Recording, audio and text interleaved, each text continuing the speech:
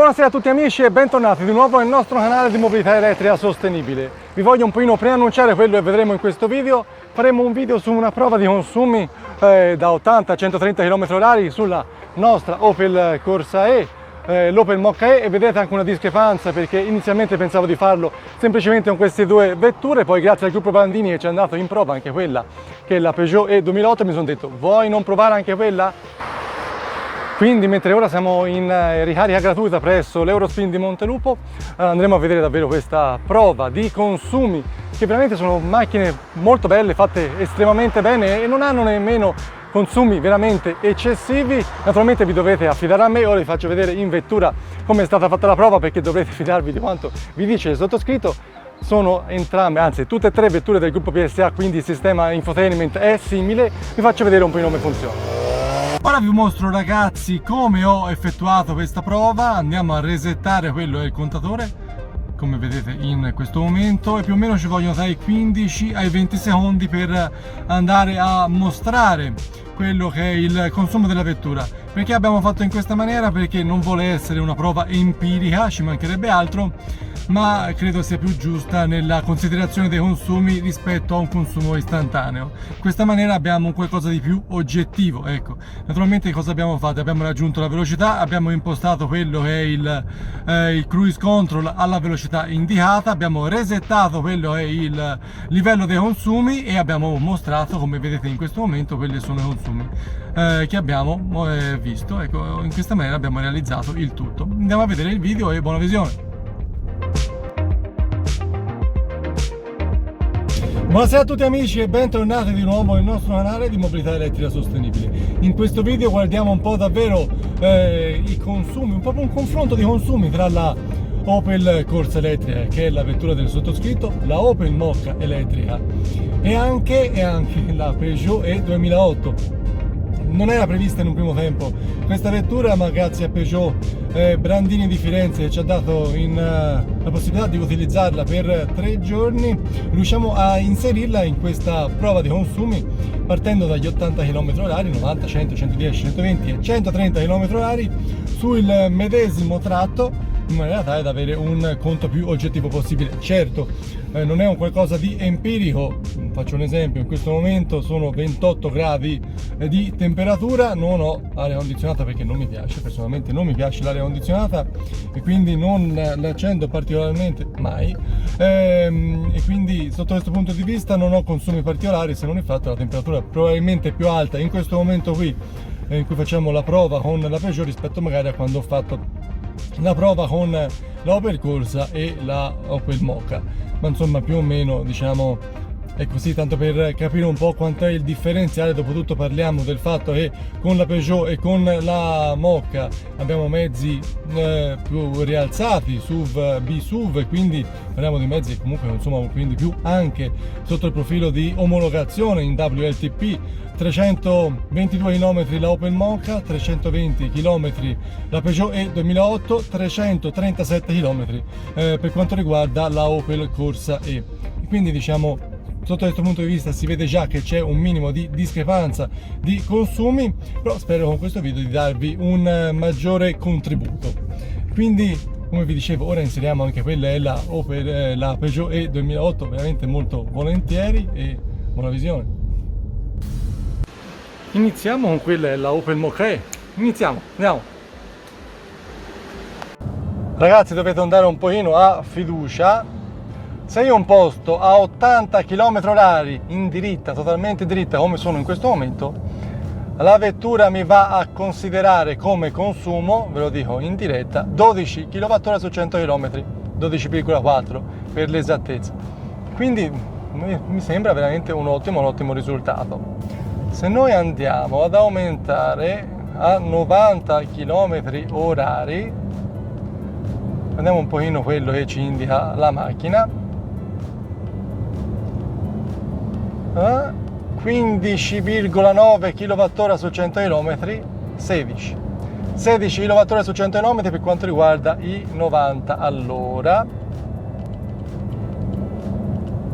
Se io metto a 100 come è registrata questa strada, voglio proprio andare anche a resettare quello è il conta consumo, perché voglio essere proprio preciso, mi dà 18 kWh su 100 km.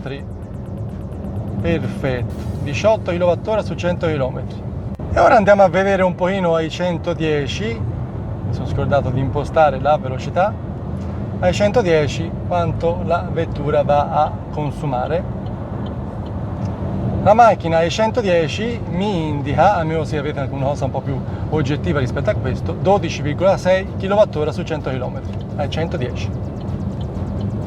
Ora guardiamo un pochino quanto ci indica ai 120 km/h, quello è il contatore, abbiamo resettato, siamo sempre sulla medesima diritta che dicevamo poc'anzi e mi indica il contatore, appena ha concluso perché un pochino ci mette, ci vuole qualche chilometro,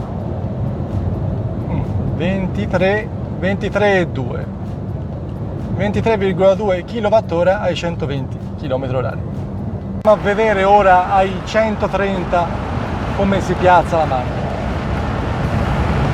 Andiamo a impostare la velocità, chiudo i finestrini, se no non ci si sente assolutamente niente, e il consumo è pari a bisogna fare qualche altro chilometrino per andare a vedere, 24,8 kWh su 100 km, 25 kW. Rimaniamo ora all'interno di quello del gruppo Opel con la mia Opel Corsa, andiamo a vedere un po' quanto consuma e continuiamo. Ora siamo ritornati all'interno di quella della nostra Opel Corsa facendo il medesimo tratto che facevamo prima con le medesime velocità, quindi 80, 90, 100, 110, 120, 130. Andiamo a vedere un pochino quello che ci dice il contatore, l'abbiamo resettato in modo tale da vedere un pochino la differenza dei consumi che abbiamo con la vettura. Ad 80 all'ora la nostra vettura ci dice 10,4 kWh ogni 100 km. Ora guardiamo ai 90 km/h in modo tale da fare ancora di più un conto oggettivo di quello che è davvero il consumo della nostra Opel Corsa rispetto alla Mokka. A tempo la radio era rimasta accesa. Guardiamo 14, 90 km/h, 14 kWh su 100 km.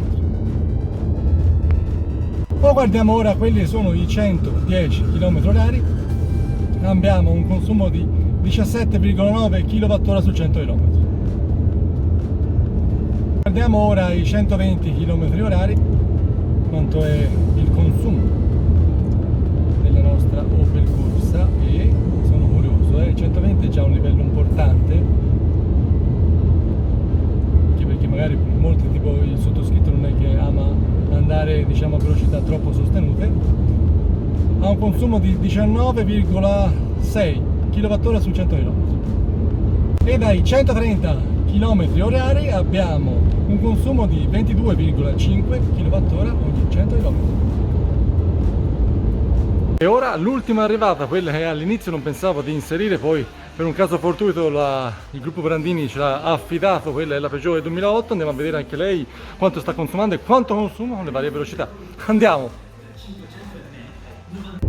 Agli 80 km/h abbiamo un consumo di 11,9 kWh su 100 km. Ai 90 km/h la vettura ci indica 13,1 kWh su 100 km.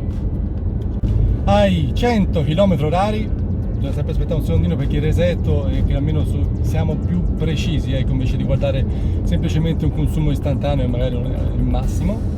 Allora abbiamo 14,7 kWh su 100 km, anzi 15 perché ha, diciamo, precisatore, 15 kWh su 100 km.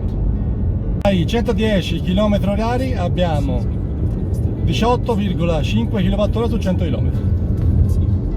Ai 130 km/h la Peugeot E 2008 ci indica 26 km, sì, 26 kWh su 100 km, scusate. Mi scuso ragazzi per i 110, ma siamo in ritardissimo, dobbiamo riconsegnare la vettura e non ce l'ho fatta. Tanto ci sono anche gli altri dati, dai. E soprattutto per fare queste, diciamo, prove di consumo stiamo arrivando al limite, 18 km. Spettacolo. In questo schema potete vedere un po' quelli sono i dati che abbiamo rilevato per quanto riguarda i consumi delle tre vetture.